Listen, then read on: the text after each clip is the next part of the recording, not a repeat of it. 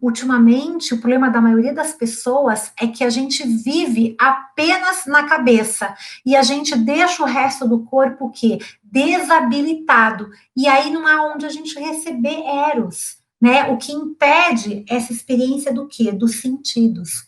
Essa experiência da plenitude.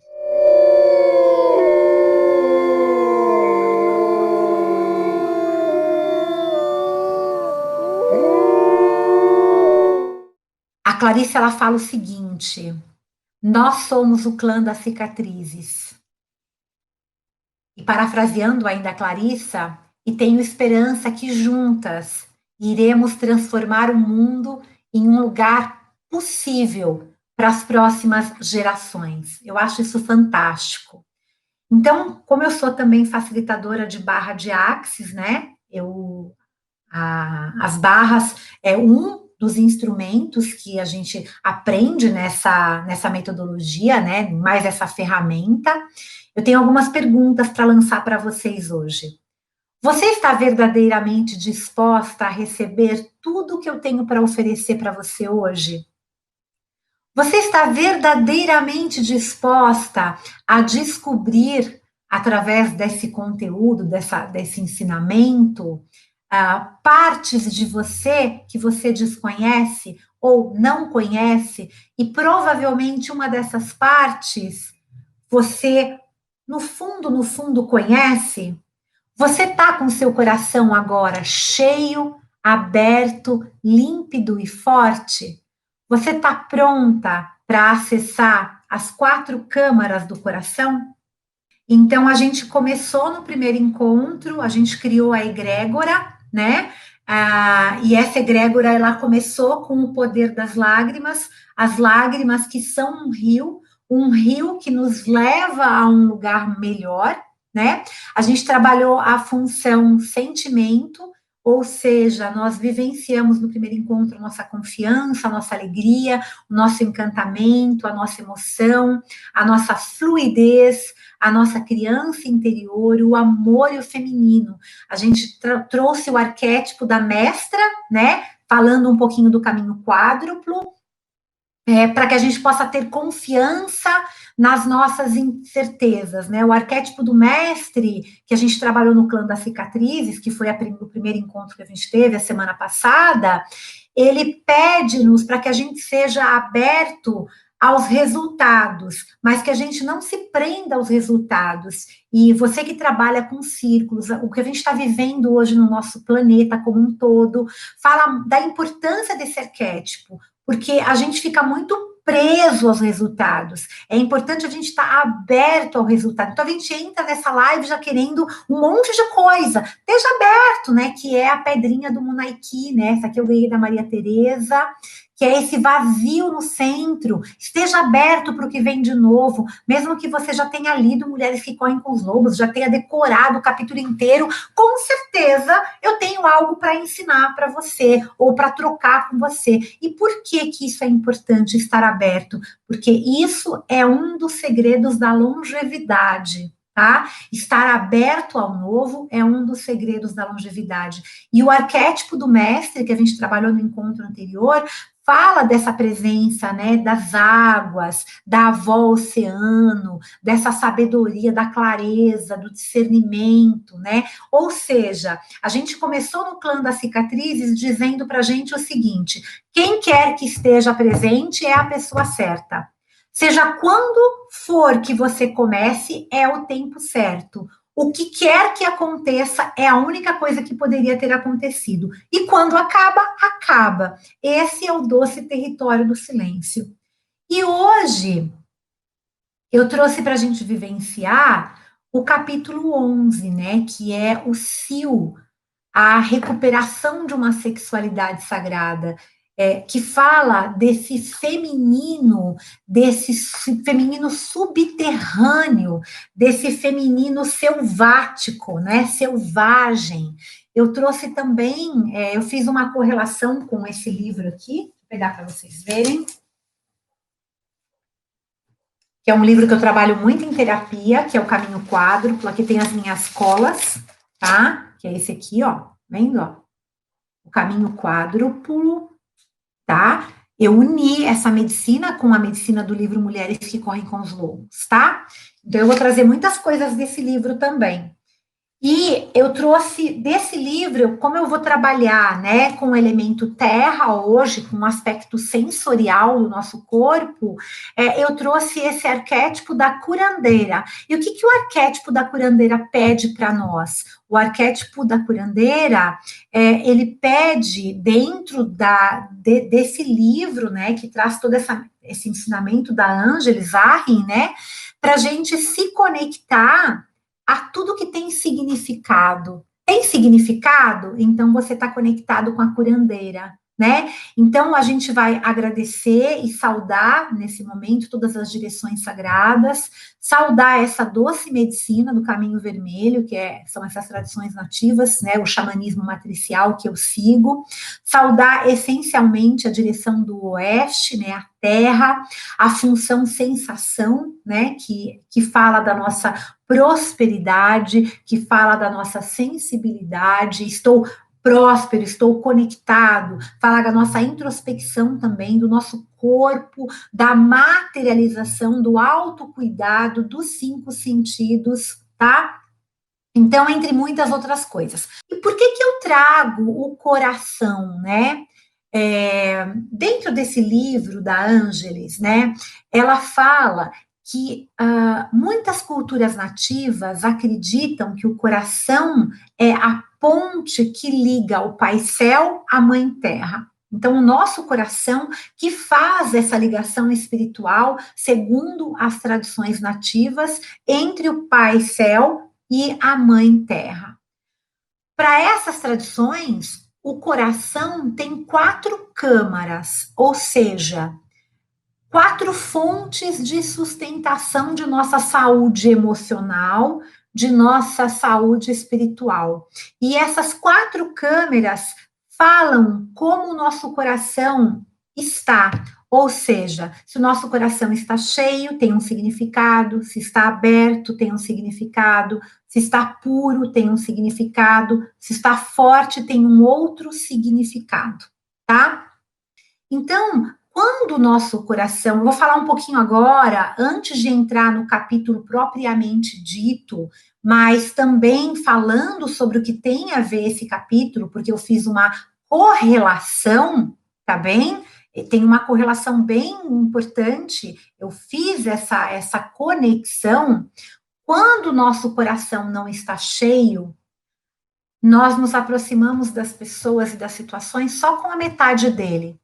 Então, o sentimento que a gente experimenta na relação é como se a gente devesse fazer algo que a gente não quer.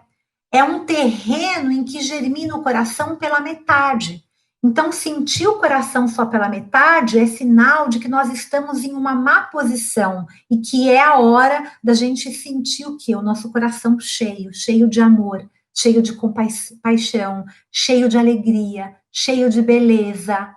Sabe? É importante a gente olhar para isso, sabe? Então é importante a gente olhar para esse lugar de meu coração está cheio? Será que ele está cheio de alegria? Será que ele está cheio de amor? Né? E quando o nosso coração não está aberto,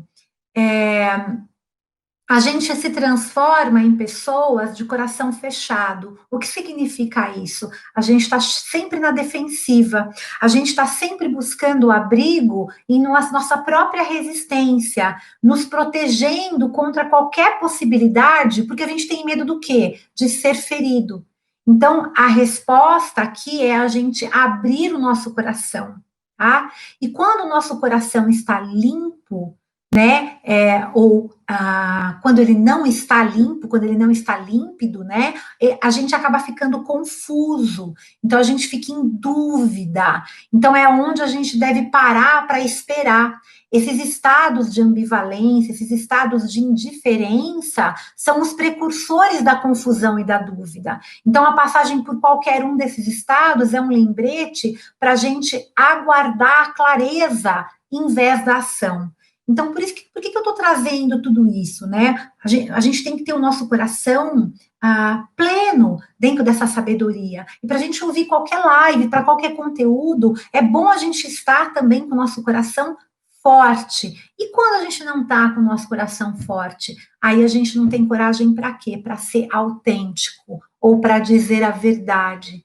Então, a força de coração é ter coragem de ser tudo o que somos em nossas vidas. Ou seja, a palavra coragem vem do termo francês, né, coeur, né, que significa dizer coração, e etimologicamente significa capacidade de defender nosso coração ou a nossa essência, tá? Então, é preciso ter essa coragem. Então, quando a gente exibe coragem, a gente demonstra esse poder recuperador de prestar atenção, tá? A prestar atenção àquilo que o nosso coração percebe que faz sentido, que tem significado para a gente. Então, é importante a gente olhar para tudo isso e ver o que faz significado para a gente e realmente, será que faz significado essa live para mim? Será que eu estou num lugar que faz significado para mim? Será que eu realmente quero assistir tudo isso? Será que eu estou aberto ou só estou aqui para julgar? Será que eu estou aberta aqui ou só quero julgar o que está acontecendo nessa live? Né? Só quero saber se a Soraya sabe bastante. Não sei nada, gente. Eu não sei nada. Eu só tive o privilégio de, há 20 anos, começar a trabalhar com esse livro, Mulheres que Correm com os Lobos, e eu tenho algumas coisas para a gente rir juntas aqui hoje. Então, eu espero poder somar no teu trabalho de autoconhecimento, no teu trabalho como mulher sagrada, como curandeira, tá? Então, esse conteúdo do coração, das câmaras do coração, eu trouxe do livro da Ângeles Arrin, né, O Caminho Quádruplo. Depois, se vocês quiserem mais informação, eu até posto esse conteúdo para vocês. E o capítulo 11, né, eu acho bárbaro, né, esse capítulo, porque o Sil, a recuperação de uma sexualidade sagrada, que é um livro que é um capítulo que a doutora Clarissa nos apresenta 3 histórias. A Balbo, né, falando sobre o que é essas, né, as deusas sujas, porque ela usa esse termo, né, o Coyote Dick, e ela conta uma história da viagem à Ruanda. Então, esse é um chamado para todas as mulheres entrarem em contato com o seu aspecto selvagem, com a sua força natural, com a plenitude do seu ser. É um chamado da cura da alma pelo corpo. É um capítulo que ela fala da nossa cura através do ato sagrado de sentir, né? Então, talvez, pensa bem, não seja por acaso que você tenha chego aqui hoje. Esse é um capítulo muito, muito interessante, tá? Esse é um capítulo muito interessante, em que a Clarice explora os conteúdos de uma maneira, vou dizer assim, poeticamente, mas com umas piadas muito sacanas, né? E talvez seja por isso que é um capítulo curto, né? E no próprio capítulo tem um momento que a Clarissa diz que tem muitas coisas sobre esse assunto que só podem ser faladas entre mulheres em espaços privados. Talvez seja por isso que esse capítulo seja curto, porque ela só compartilhou aquilo que pode ser falado, do que pode ser dito em público, né? É um capítulo que fala sobre sexualidade sem dar regras à sexualidade, né? E é muito interessante porque ela começa com a palavra sil, né? E como você lida com a palavra sil? O que a palavra sil é para você? Né? E aí eu quero já trazer uma citação do livro aqui que eu achei bem interessante, quando ela fala sobre a palavra sil, porque antes de eu entrar nessa live, eu fiz uma pesquisa no Instagram perguntando para as pessoas o que elas sentiam quando eu falava uma mulher está no sil. E aí a maioria respondeu para mim assim: a mulher está querendo dar, mulher está querendo transar, mulher está fácil. Ah, sil para mim é uma palavra suja, que quer dizer algo, né, obsceno, mas que não é sagrado. As que se arriscaram a responder, responderam isso. E eu acho muito legal, porque eu consigo ter uma referência de que medicina que eu posso trazer nesse webinário, sabendo o que as mulheres têm uma referência do que é a palavra sil. Agora eu vou trazer um pouquinho do que a autora traz. No livro, na página 379, a Clarissa começa o capítulo assim: há um ser que vive no subterrâneo selvagem das mulheres. Essa criatura faz parte da nossa natureza sensorial, por isso do corpo. E como qualquer animal completo, possui seus próprios ciclos naturais e nutritivos. Esse ser é curioso. Você é curiosa? Esse ser possui seus próprios ciclos. É transbordante de energia. Como é que é a tua energia? Você transborda? Transbordando de energias em certas horas, submisso em outras. A hora de ficar quieto, a hora de silenciar, a hora de entender que o outro está falando, a hora de escutar, né? Ele é sensível a estímulos que envolvam os sentidos, ou seja, a música, o movimento, o alimento, a bebida, a paz, o silêncio, a beleza e a escuridão. Esse é o aspecto da mulher que tem um cio. Não um cio voltado exclusivamente e apenas para a relação sexual, mas uma espécie de fogo interior cuja chama cresce e depois abaixa em ciclos. A partir da energia liberada neste nível, a mulher age como lhe convém. O cio da mulher não é um estado de excitação sexual, mas um estado de intensa consciência sensorial. Ah, esse é meu corpo, portanto eu sinto, que inclui sua sensualidade sem se limitar a ela. Muito poderia ser escrito acerca dos usos e abusos da natureza sensorial feminina e sobre como a mulher e outras pessoas atiçam o fogo à revelia dos seus ritmos naturais. No entanto, em vez disso, vamos focalizar um aspecto mais ardente, dedicando totalmente ao aspecto selvático da mulher. Na mulher moderna, essa manifestação sensorial recebeu pouquíssima atenção. Você não pode sentir, não sinta. Em muitas regiões e períodos foi totalmente eliminada. Existe um aspecto da sexualidade feminina nos tempos remotos que era chamado de obsceno e sagrado. E assim vai. Daqui a pouco eu leio mais um pouquinho. Esse capítulo é muito louco porque ele traz para a gente um paradoxo claro. Como algo pode ser sagrado se ele é obsceno? Né? Como algo pode ser obsceno se ele é sagrado? Porque a sexualidade da mulher selvagem, ela fala de um processo transformador. E esse paradoxo, ele só é útil na nossa vida quando a gente consegue transcender esse paradoxo. Porque, repara uma coisa, quando a gente encontra duas coisas que não combinam, e a gente está vivendo um momento muito assim, que você ou é de esquerda ou é de direita. Se usa máscara, é dali. Se não usa máscara, é daqui. Não é assim. Não é assim. Porque quando a gente vê uma coisa que não combina, a tendência é a gente ficar paralisado, né? Ou seja, como que você está pedindo para eu fazer rápido e devagar ao mesmo tempo? Não estou entendendo.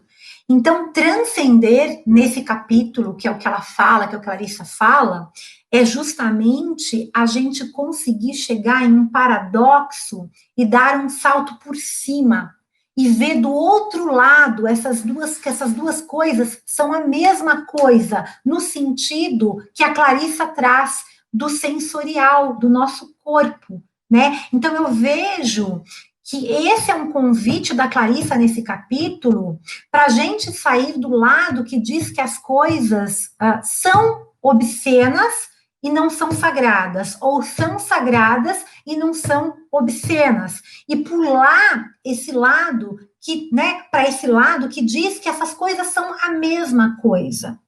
Na nossa sociedade, o sexo perdeu o seu caráter sagrado e ele se tornou o quê? Um item de consumo. E ele é usado muitas vezes como exercício do quê? De poder e busca apenas do gozo a todo custo.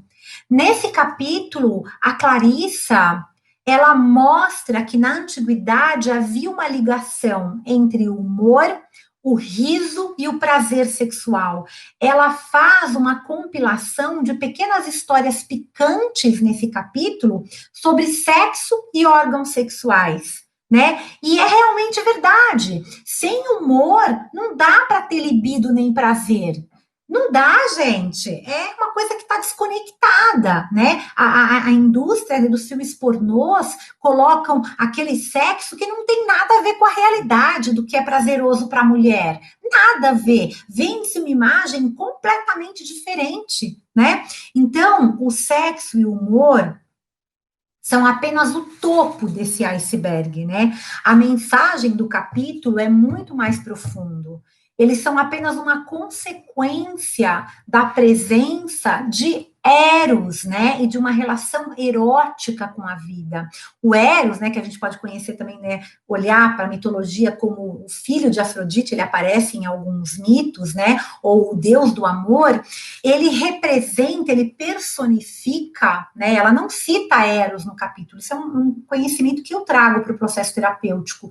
Essa energia vital em nós que traz o quê? A beleza, que traz o quê? A alegria, o sentido para a vida. Está ligado aos prazeres sensoriais, inclui também o prazer sexual, mas não se prende a ele. Então, a mulher contemporânea, ela precisa parar, ela precisa apreciar o momento, ela precisa estar presente no seu corpo com todas as suas sensações. Ou seja, o que eu estou sentindo agora? O que vocês estão sentindo agora no corpo de vocês? Por exemplo, eu estou sentindo prazer, eu estou sentindo alegria, eu sou uma leonina, eu adoro falar em público. É necessário a gente parar para apreciar. Apreciar um cheiro diferente. Hoje eu estou aqui com, né, um cheirinho do terra de tangerina, que é o aroma da alegria, né? Então, trazendo essa sensação de prazer. Só para vocês terem uma ideia, o prazer em comer está tão mistificado que a gente nunca teve tanto no mundo, mulheres, casos de meninas, adolescentes com anorexia. E o que é anorexia? Eu paro tanto de comer até morrer. Eu perco o prazer de comer, porque eu não estou lidando bem com esse corpo que eu sinto. É o índice mais alto de anorexia no mundo hoje. A gente tem isso hoje, esses altos índices entre o quê? Entre adolescentes. Perdeu-se esse contato com o sensorial, com o sagrado. E é incrível a quantidade de mulheres, gente, que fica aguentando a vontade de fazer xixi, por exemplo, até a bexiga estourar, que nega as necessidades que surgem abaixo da cintura e tem vários problemas sexuais. Então, que negam o quê? O plexo solar, elas criam, mas não conseguem saborear essa criação, que é, né, esse lugar, fica com medo, tem medo de não pertencer, que são os nossos chakras básicos, né, e sexual, esplênico, como a gente pode chamar. Então, a gente acaba não vivendo a plenitude. Tem uma autora que eu sou apaixonada, que é uma das inspirações do meu trabalho também, a Marion Woodman. Ela disse o seguinte, abre aspas, a vida passa pelos orifícios de nosso corpo, olhos, ouvidos, boca, nariz, pele e vagina. Eu vou repetir. Marion Woodman disse, a vida passa pelos orifícios de nosso corpo, olhos, ouvidos, boca, nariz, pele e vagina. É disso que esse capítulo fala também. Então, para a gente poder receber Eros, para a gente poder se identificar com isso que a Clarissa fala, que é a mulher selvagem, que vem, né, ela fala das deusas sujas, o que ela quer dizer sobre as deusas sujas, né, quando ela cita esse termo? Ela fala o seguinte, chamo-as de deusas sujas porque estiveram muito tempo vagueando debaixo da terra. No sentido positivo, elas pertencem à terra fértil, à lama, ao estrume, à substância criadora da qual se origina o quê? A arte. Na realidade, as deusas sujas representam aquele aspecto da mulher selvagem que é tanto sensual quanto sagrado. Então, por isso que ela usou esse termo das deusas sujas. Então, para a gente receber essa presença, daqui a pouco eu vou falar um pouquinho das histórias, né? É muito interessante porque a gente precisa estar no estado de presença. Ultimamente, o problema da maioria das pessoas é que a gente vive apenas na cabeça e a gente deixa o resto do corpo o quê? Desabilitado. E aí não há onde a gente receber eros, né? O que impede essa experiência do quê? Dos sentidos, essa experiência da plenitude. Ou seja, muitos de nós já sabem, né? E há quem ainda vai saber, que a sexualidade é muito mais do que sexo. E esse último é um dos fatores da sexualidade como um todo. E o capítulo, né, o SIL, a recuperação da sexualidade sagrada, que, né, traz as deusas sujas, que traz Balbo, fala do prazer, fala da libido, fala do riso solco, daquele riso da barriga. Imagina, todo mundo quer ser magrela, né? Imagina, quando você ri, você tem que desabotoar a calça. Por quê? Porque quando a gente ri, né? Se a gente não respirar, a gente morre, né? A gente às vezes faz xixi na calça da risada, porque você perde o controle, que é o riso de barriga plena, né?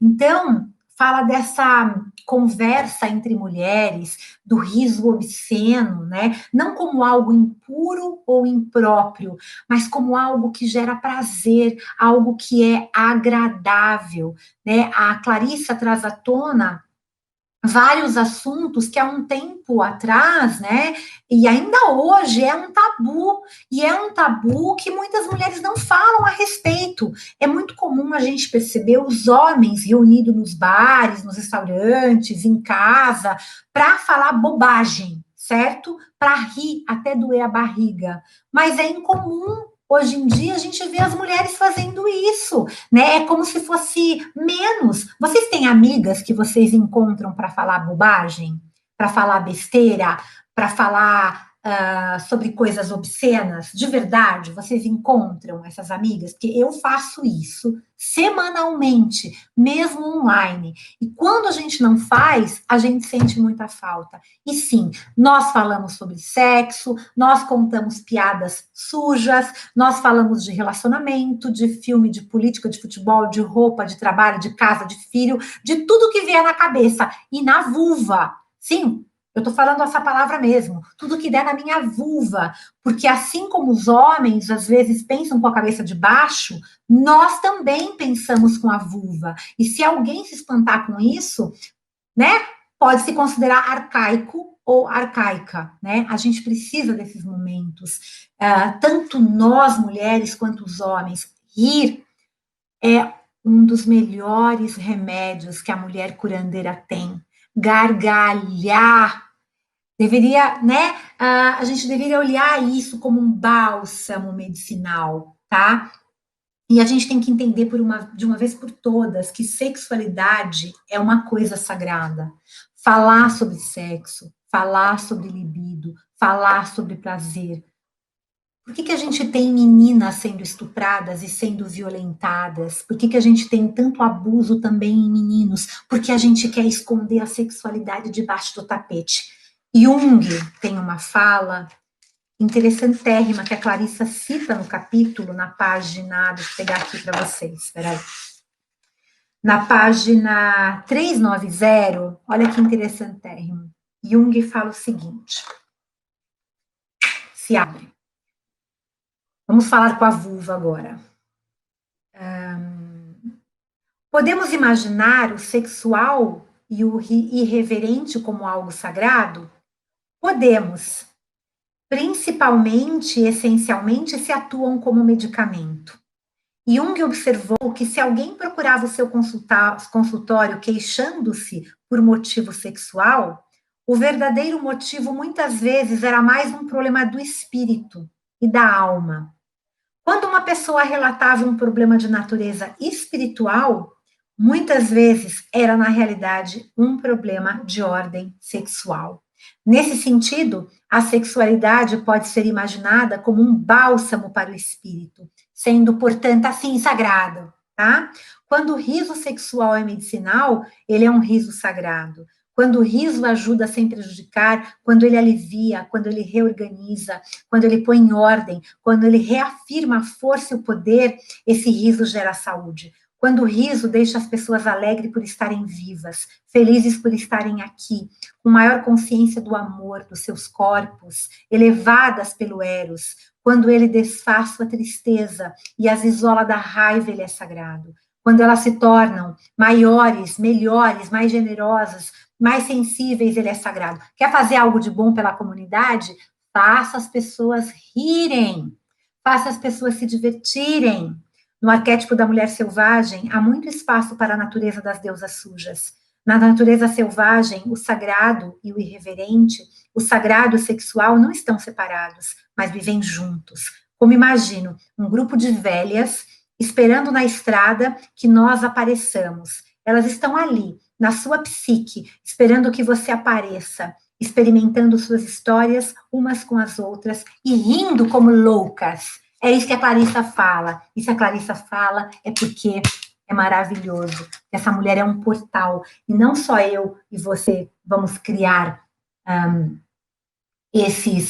essas histórias e contar essas histórias. São muitas e muitas mulheres. Falaram aqui da deusa Uzumi. Sim, a gente pode personificar a deusa Uzumi. Aí a gente pode trabalhar também com um arquétipo que a gente tem aqui no Brasil, na Umbanda, que é um arquétipo forte, que é a pombagira. Traz a pombagira como um arquétipo. O que ela é? Ela ri, ela brinca, ela é escandalosa, ela tá com aquele, né? Tem todo aquele lado, não estou falando de religião aqui, estou falando de arquétipos. E quem que a gente pode trazer? Vamos lembrar de uma mulher que une essa irreverência e une esse sagrado com o profano no Brasil? Quem é, gente? Quem é? Quem é essa mulher?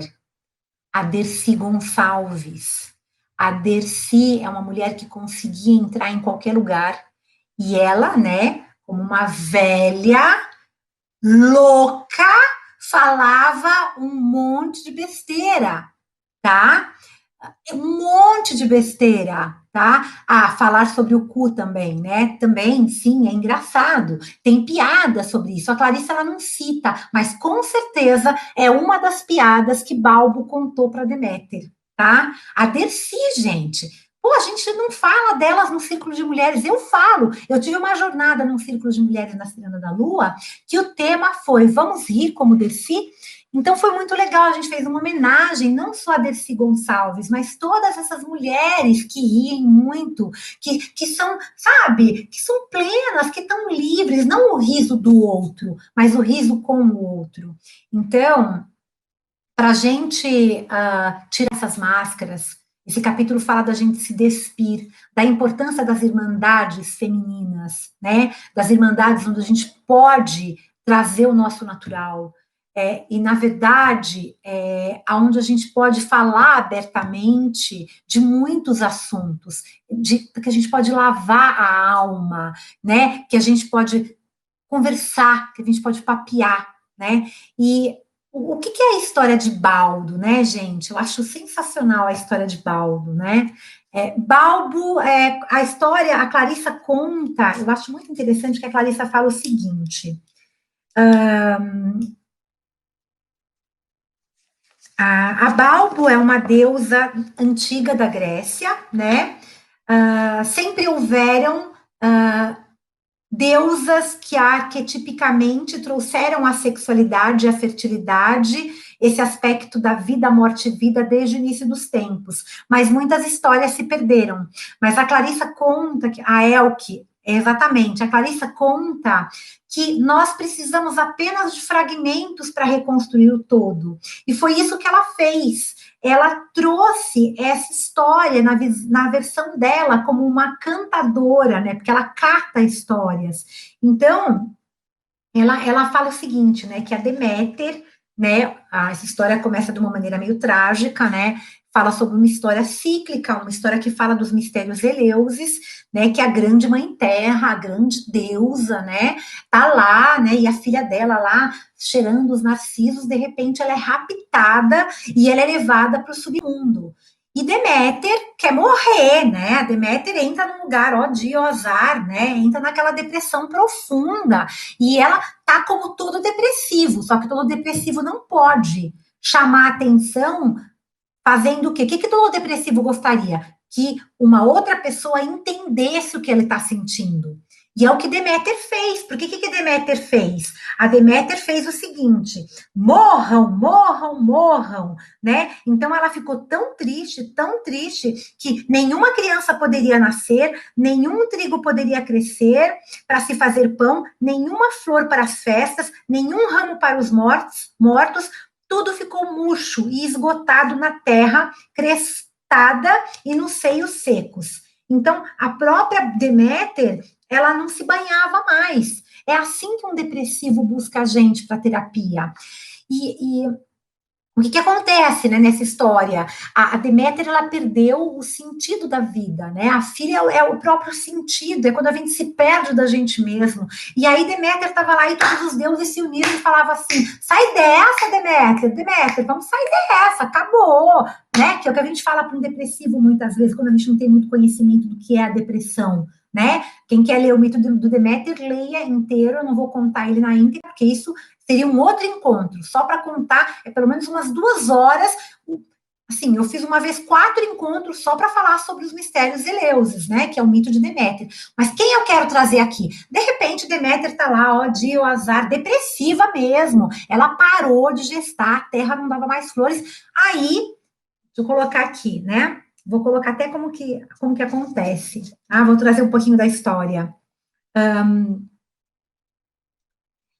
E quando a Deméter recostou o seu corpo dolorido numa pedra fresca do poço, chegou por ali uma mulher, ou melhor, uma espécie de mulher. E essa mulher chegou dançando até Deméter, balançando os quadris de um jeito que sugeria uma relação sexual, balançando os seios na sua pequena dança. E quando Deméter viu, não pôde deixar de rir um pouquinho. Como que será que Deméter riu? Ela riu um pouquinho. Só que aí ela olhou aquela deusa que não tinha cabeça, né? Balbo não tem cabeça, que os peitos são os olhos, tá? E que a vagina é a boca falando. Imagina agora, você tá aí triste, e aí aparece uma imagem, vem uma presença de uma mulher com você que não tem cabeça, que tem os peitos, né? Caídos assim, bocas nos peitos, e na vagina é uma boca que fala, né? Imagina isso, o que é, tá? Então, é muito importante a gente olhar, porque o que aconteceu? Essa fêmea dançava e ela era mágica, pois ela não tinha nenhum tipo de cabeça, seus mamilos eram seus olhos e sua vulva era a boca. Então, ela contou para Deméter o que? Algumas piadas. E Deméter começou o que? A sorrir. E depois ela deu um risinho abafado, e em seguida, o que ela fez? Ela deu uma boa gargalhada. Uma boa gargalhada, tá? Então, foi exatamente esse riso de barriga plena, que tirou a Deméter da sua depressão e lhe deu a energia para encontrar a sua filha, que aí ela foi ajudada por Balbo, né, por Hécate, pelo deus Sol Hélios, né, que aí ela chegou e restituiu. E aí Deméter, em alguns mitos, fala que Perséfone fica 6 meses com a mãe, 6 meses, né, no submundo com Hades, o seu companheiro, o seu esposo. Alguns mitos falam que ela só fica 3 meses, que é o tempo de primavera. Então, eu sempre me apaixonei. A Clarissa fala o seguinte, né, da Balbo, né? Essa deusa representa, essas imagens representam essa sensibilidade da expressão, essa gargalhada que é um dos melhores remédios que a mulher pode ser. E ela fala também dos seios, né? Dos seios da mulher. Por que o homem pode tirar a blusa e a mulher não pode? Por que o seio da mulher é erótico e é profano e não é sagrado, né? Então ela fala o seguinte: Balbo tem um aspecto, ela vê com os mamilos. E é um mistério para os homens, mas as mulheres em seminários concordam e entusiasticamente dizem saber exatamente o que eu estou falando. Ver com os mamilos é, sem dúvida, uma qualidade sensorial.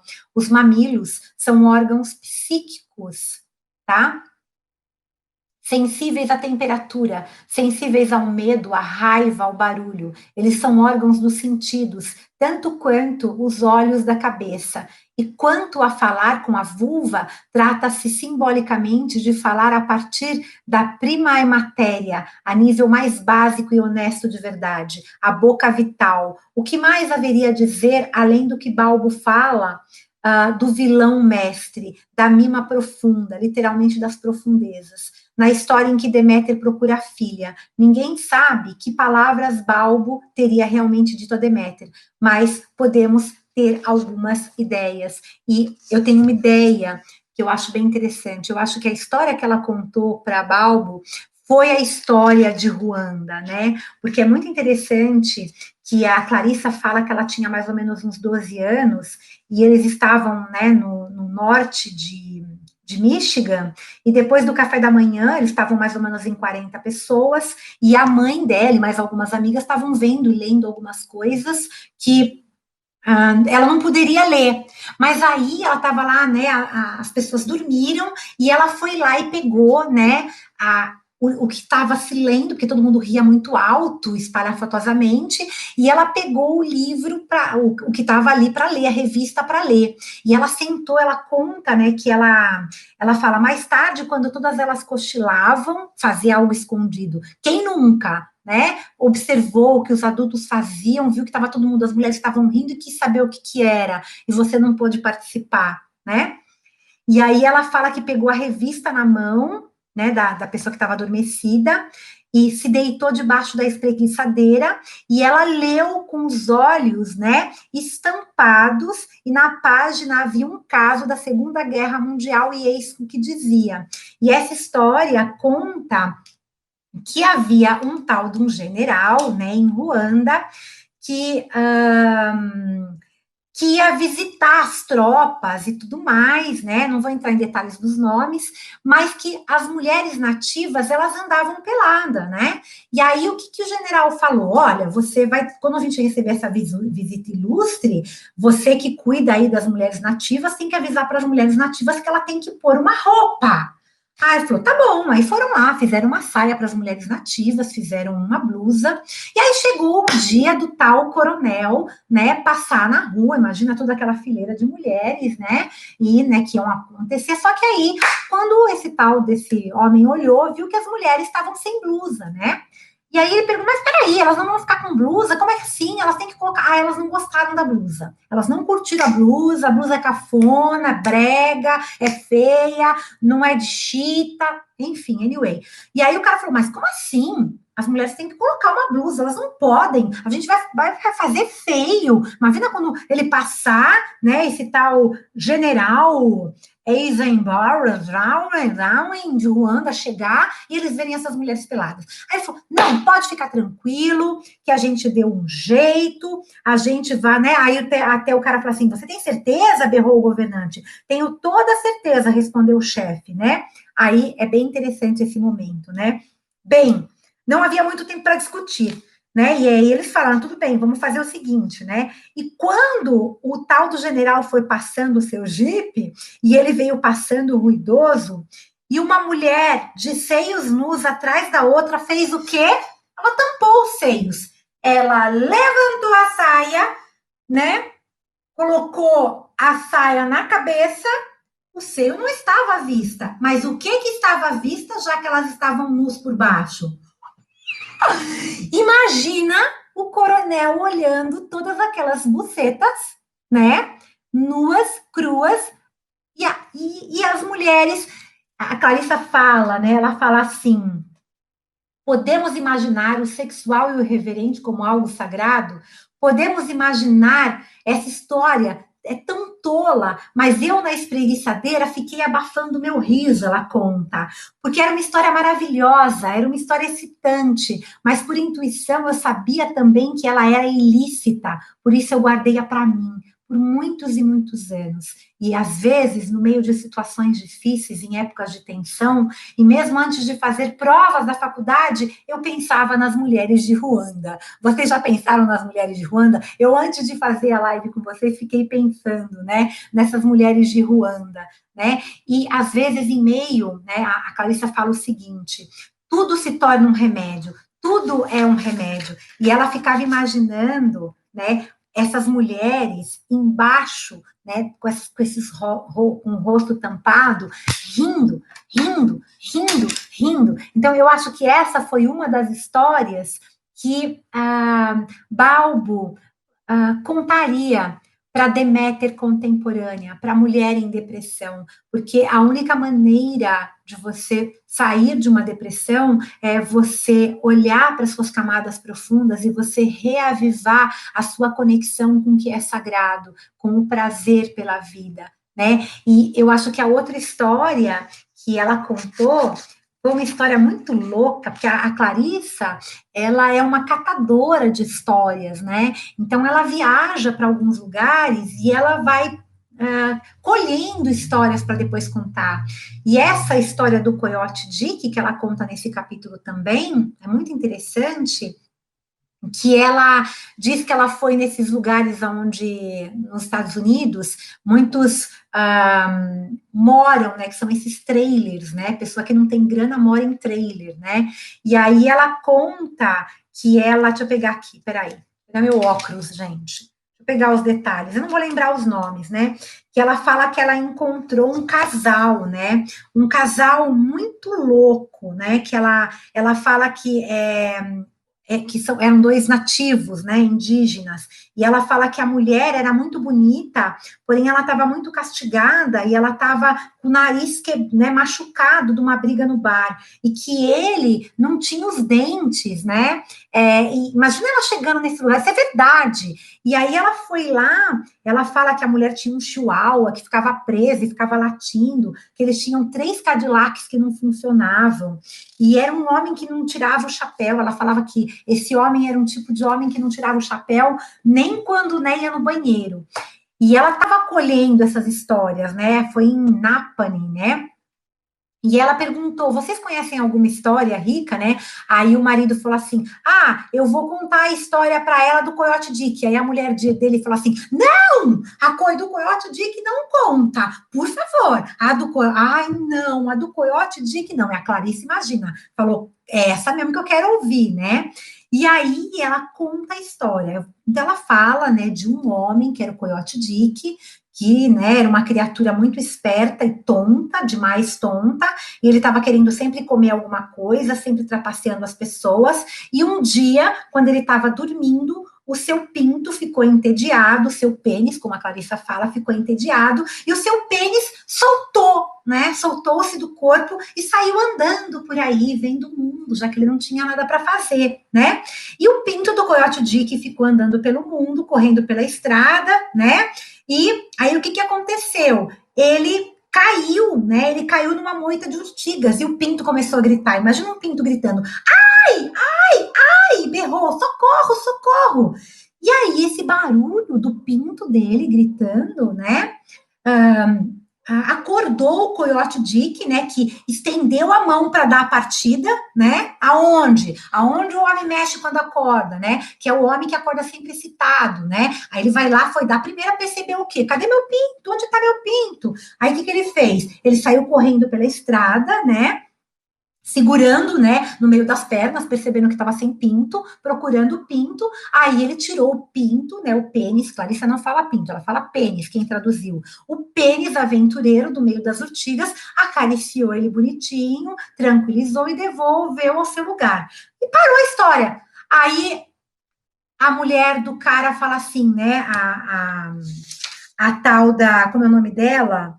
É a Willowed, né? Ela fala assim para ele: você não vai contar o resto da história?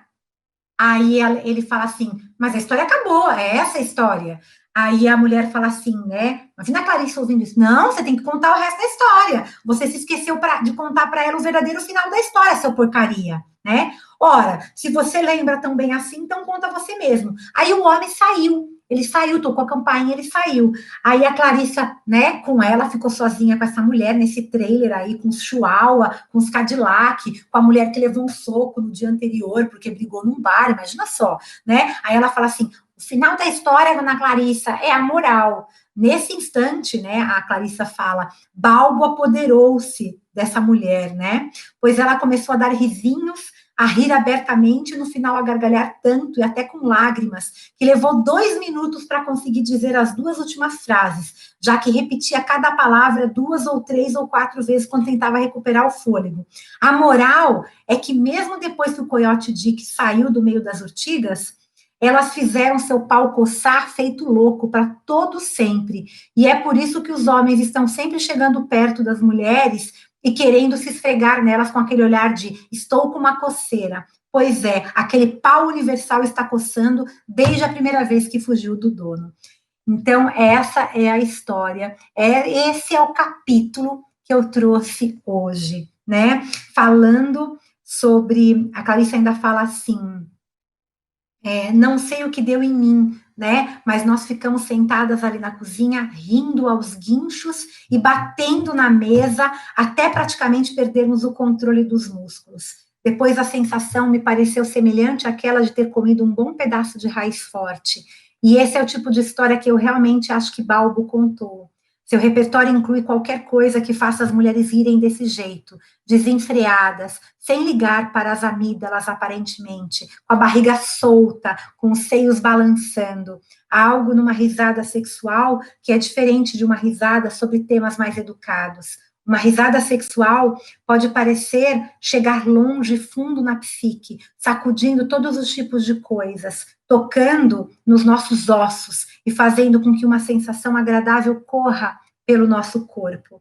Ela é uma forma de prazer selvagem que está à vontade no repertório psíquico da mulher. Essa semana eu falei para o meu marido assim, eita, Coiote Dick, hein? Puta merda, vocês não param, né? Pode reparar os meninos, eles estão sempre lá, que é o pau universal, eles estão sempre coçando. É muito louca essa história, né?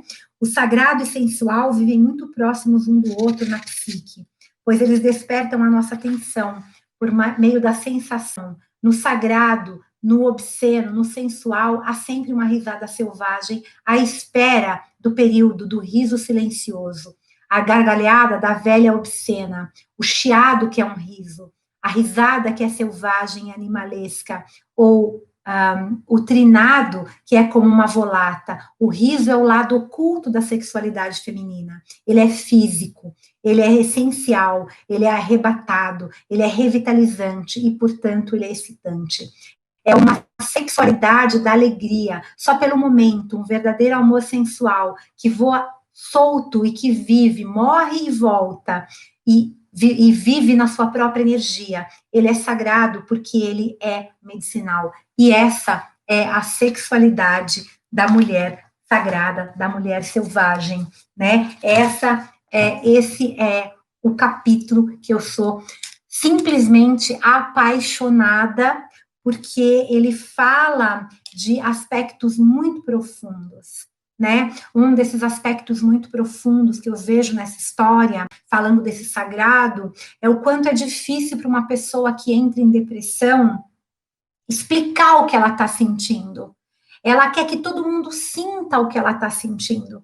Então, quando a gente fala da Deméter, né, que parou de, né, o solo para de crescer, o ventre para de gestar, as folhas param de nascer, é o que o depressivo sente vontade, que todo mundo entenda. Na realidade, Deméter fala dessa vontade universal, de que a gente precisa que o outro compreenda, se compadeça, não diga para a gente que a nossa dor é pequena, mas que ele pode nos ajudar com o quê? Trazendo a reconexão com aquilo que é obsceno para aquela pessoa que se perdeu de si mesma, com aquilo que é sagrado para aquela pessoa que se perdeu de si mesma, que é esse ato sagrado de rir, né? É esse sagrado de poder dar gargalhada numa sociedade, num lugar, num mundo patriarcal, aonde você tem que rir baixo, rir contida, rir em silêncio, né? Que você sente às vezes, né? Eu tenho algumas pacientes que sofreram violência, né, verbal, e que tiveram que silenciar até o seu riso, mulheres que depois que se separaram, depois de anos de casamento, perceberam que não riam mais, porque cada vez que riam, os maridos olhavam feio, o companheiro olhava, e homens que sofreram violência também, tá, né, no seu relacionamento com uma mulher, porque a gente, mulher, também está vivendo sistemicamente uma sociedade patriarcal. Então, esse capítulo é para a gente rir de verdade, unindo a sexualidade e como algo sagrado. Sexo, a sexualidade sagrada não é apenas sexo, é também retomar as irmandades femininas, onde a gente tenha espaço para contar sobre isso. Em terapia eu conto outras piadas mais safadas, eu adoro fazer terapia e falar besteira. Aliás, eu acho que eu ganho dinheiro porque eu falo muita besteira. As pessoas acabam rindo e elas acabam ficando anestesiadas, elas saem da terapia e falam, nossa, eu tô me sentindo tão bem, o que será que fez bem na terapia? A pessoa nem sabe por que ela tá bem, mas ela tá bem porque ela liberou a sua mulher selvagem, a sua deusa suja, que estava lá na lama, e ela trouxe para fora e ela deu risada disso também. Né? Então, ela trouxe a sua Balbo, ela trouxe a sua mulher de Ruanda, né? Que simplesmente, então tá bom, né? A minha avó conta uma história, a minha avó que já faleceu com 97 anos, a avó Zica, que uma vez, muita gente que está aí já conhece essa história, um padre foi almoçar na casa dela, e era muito comum isso acontecer antigamente, e ela estava com um batom vermelho, e o padre disse para ela que ela tinha que tirar o batom vermelho, e ela olhou para o padre e disse assim, ela contando, né, não sei se é verdade que eu não estava lá, mas eu tenho certeza que é, eu quero ver o senhor me fazer tirar esse batom vermelho. O senhor foi convidado para almoçar na minha casa. Se o senhor quiser almoçar na minha casa, vai almoçar comigo de batom vermelho. E ela disse que ela almoçou, naquela época era aqueles guardanapos de pano, eles eram muito simples, mas família simples também tinha guardanapo, e que ela comia e passava o guardanapo aqui do ladinho, no cantinho da boca, e ela terminou o almoço com o batom vermelho dela.